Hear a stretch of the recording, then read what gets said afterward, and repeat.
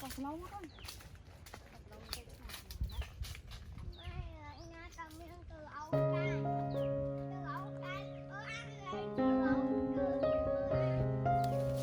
Mai Lương quá. Mai ăn một bữa ha.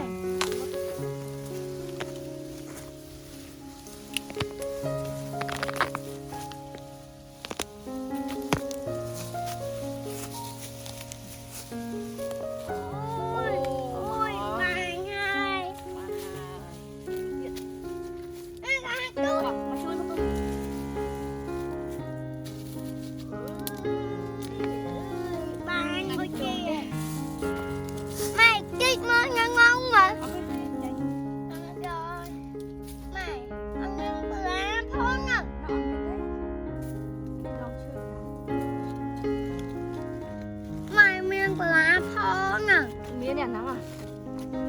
Trộn khơ nè. Con chơi nào.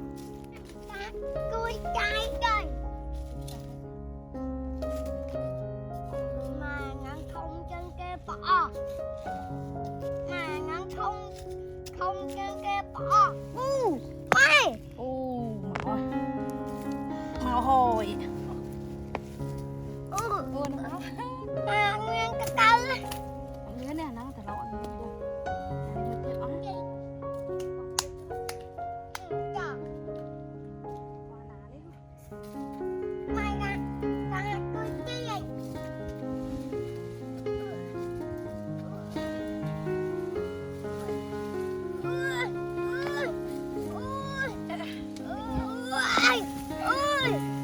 Ôi trời. Con bạn thả trên kia nhé. Anh ấy Mày hơi nặng.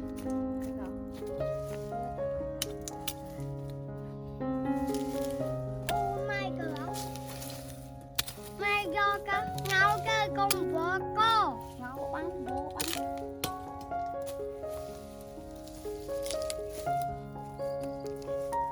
Mày. Mày cửa ông vàng vàng à. Con này má nó còn đó.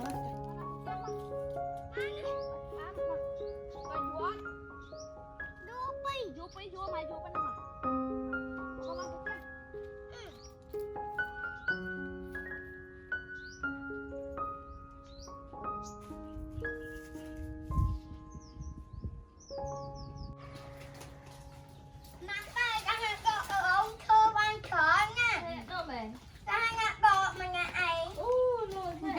Con lương mấy cơ? Tí nạ mai. Bánh luôn. Lâu nó xanh lương kìa. Mình. Mạo độ bán ở đâu rồi? Má là đâu là xanh con lương này. Trước khi từ lâu chúng tôi nhã món á. Tôi cần nói. Thế à? Thôi chúng Tôi hỏi. thì dột đâu mà tôi bán chút với con nữa thế. Tôi sốt đâu à? Mày. Cô đâu trồng. Rồi có bác lên bắt hẳn. Rồi có bác lên. Rồi có bác ngay lên rồi bắt hẳn. Thao. Hai tôi còn được. Nè. Ồ, món này. Thao nó Trong chân. thôi. Cầm tiền chẳng được có cầm tiền. Sẽ là được tiền rồi. Mày. Nè. Ngọt lắm.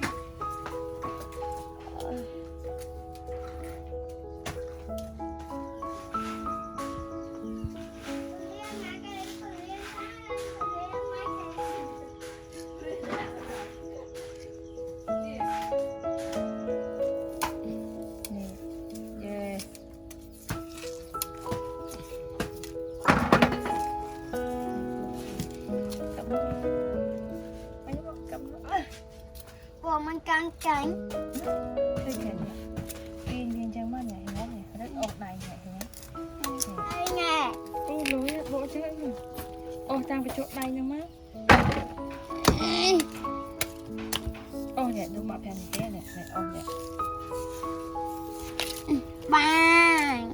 Ôi. Ui bụng càm đấy. Băng mà vậy. Lại bò lên đây rồi. Mà bay nè. Mới kìa thôi. Mà bay bu. Bay bu thôi. Nói đi đây. Bu thôi. Không. Bạn phải đi viện đấy. Bay ra. Bay.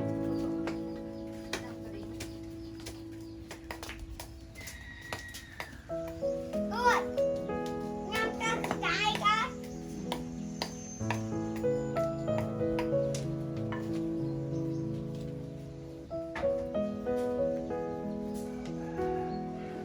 Sao chạy không sang nhà mấy cậu? Đã cái trái ngàn ông mặt đo bay. Bạn chạy nhà không? Nè, đuôi. Nè, đuôi.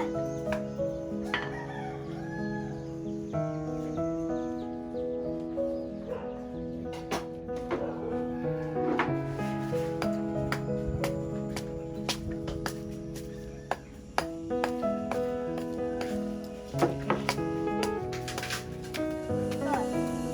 Nè, Hả? đi vô thì mẹ ăn ăn bộ. Lâu bao nhiêu tôi trao cả. Mày con hai cho con quạt cào. Mày. Ở cháu ăn mấy cân? Ăn cái này được chăng? Ôi, đùa ngang mặt vào. À lươn được chạy vậy.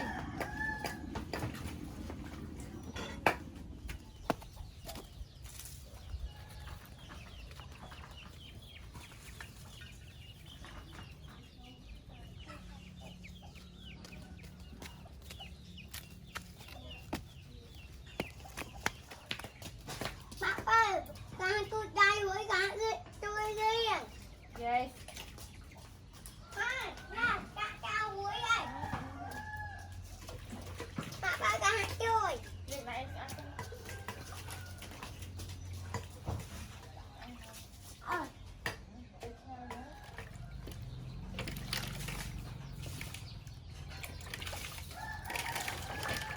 Nè, cà lông con nương, cà lông lông con nương. Sang được được trắng mấy con thẳng. Mày.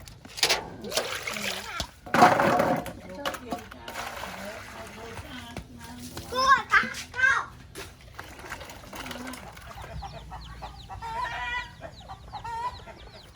Chu chẳng ấy. Yes. Mẹ ơi, tôi thích chân.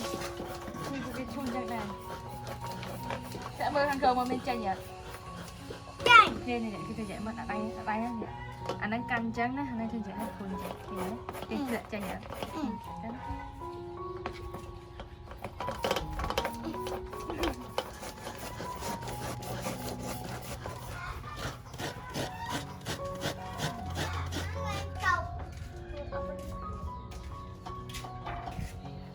Chạy đây chơi nhưng chơi xa đi chơi tắt vậy.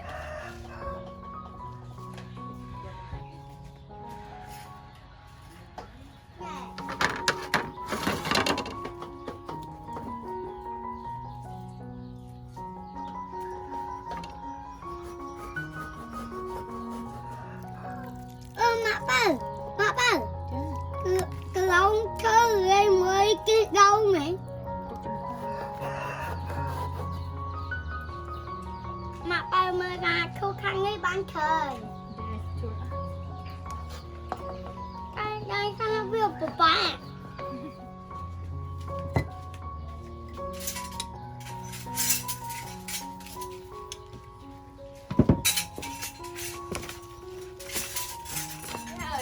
Rồi được vô chặt anh vô. Mày thêm cho mày cho anh mặc ơi. Bán á. Anh em bơi ớt. Rồi.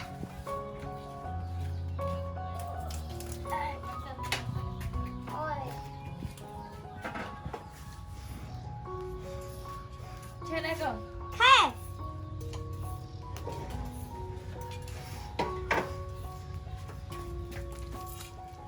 Từ nấu này. Từ nấu nó còn lớn nha mọi người. Từ nấu nướng á. Cái mình không bỏ từ.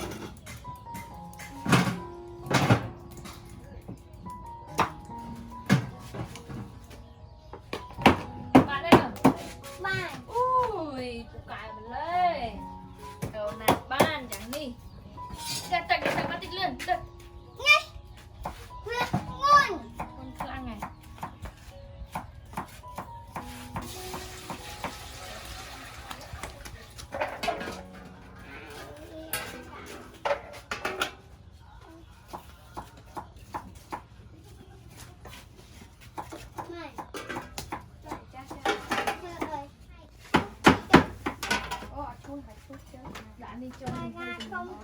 cái hay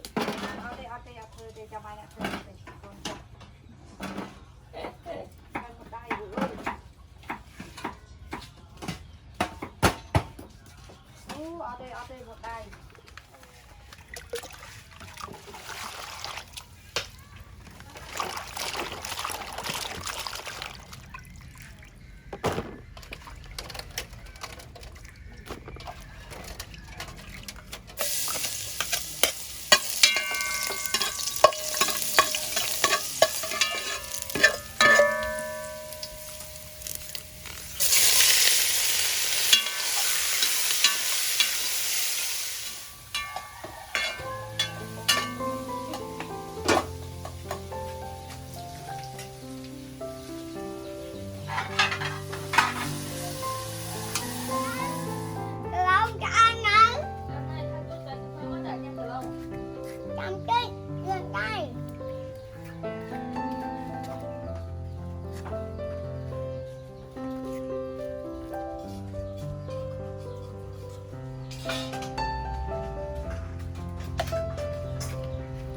apa yang agak ngetok lo air apa nangka Jangan tak lưng.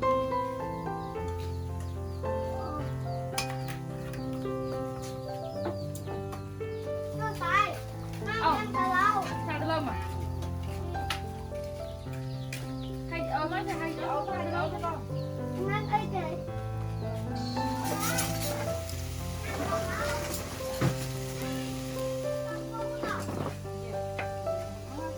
Ông Hạng á, sao được?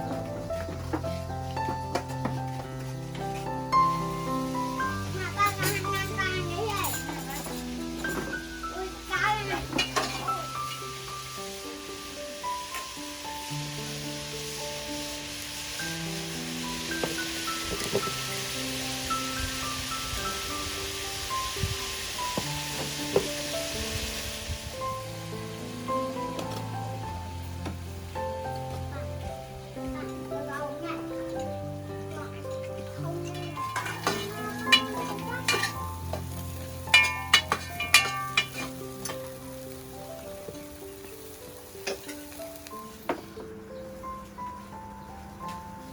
Nhớ chưa? Nhớ không ạ? Này, tôi nhỉ? chưa nhỉ À. Mình chạy chưa? Vậy. Đây.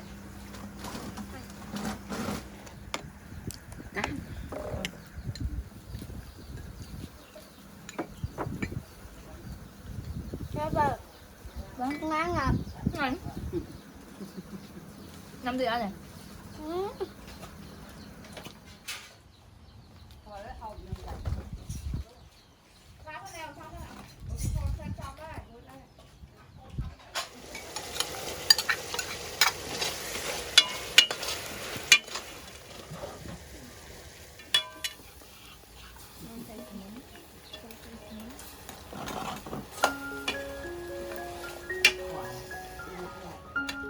Nuôi ấy mà Thấy nhỉ? Sao chưa được gì? Thôi à? cho anh nhỉ Ăn này dạ thôi à? ngồi làm khôi mà phải làm khôi Ôi dạ sẽ không.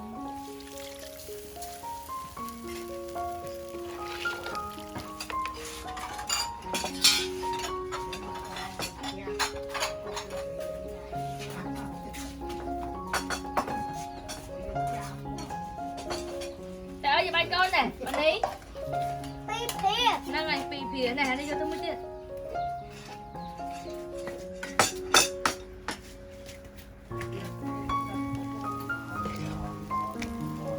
Ôi trời ơi, bạn.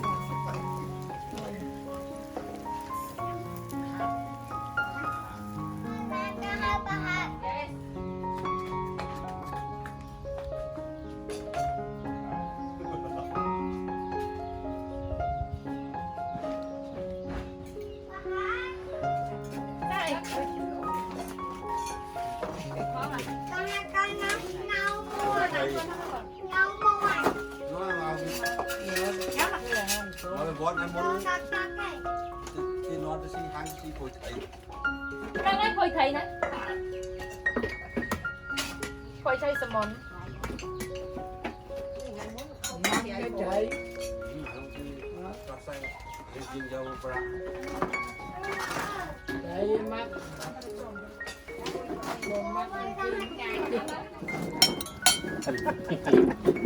tiếc là phía thầy này cho thêm mới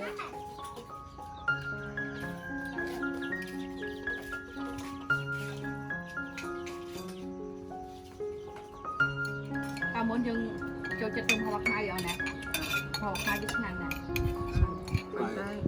Con đây cả cái ngon chị trái chị trái trái vô. cho bánh này Dạ.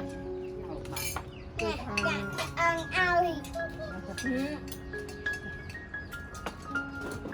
máy không để cho chật này nào mà nằm ngồi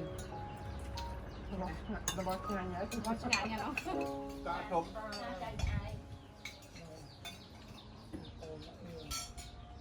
làm ngái phình